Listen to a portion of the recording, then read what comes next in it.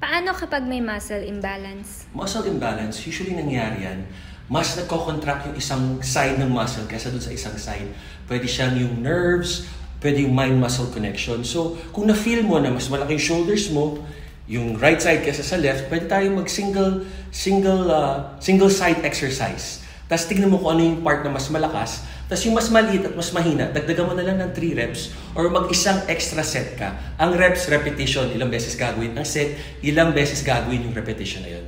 So I hope this helps. Yan, mga single side movements para ano yung imbalance nyo. Tsaka tignan nyo yung daily activity nyo. Baka mas nagagamit nyo yung dominant side nyo. Kung right side man kayo dominant or left side.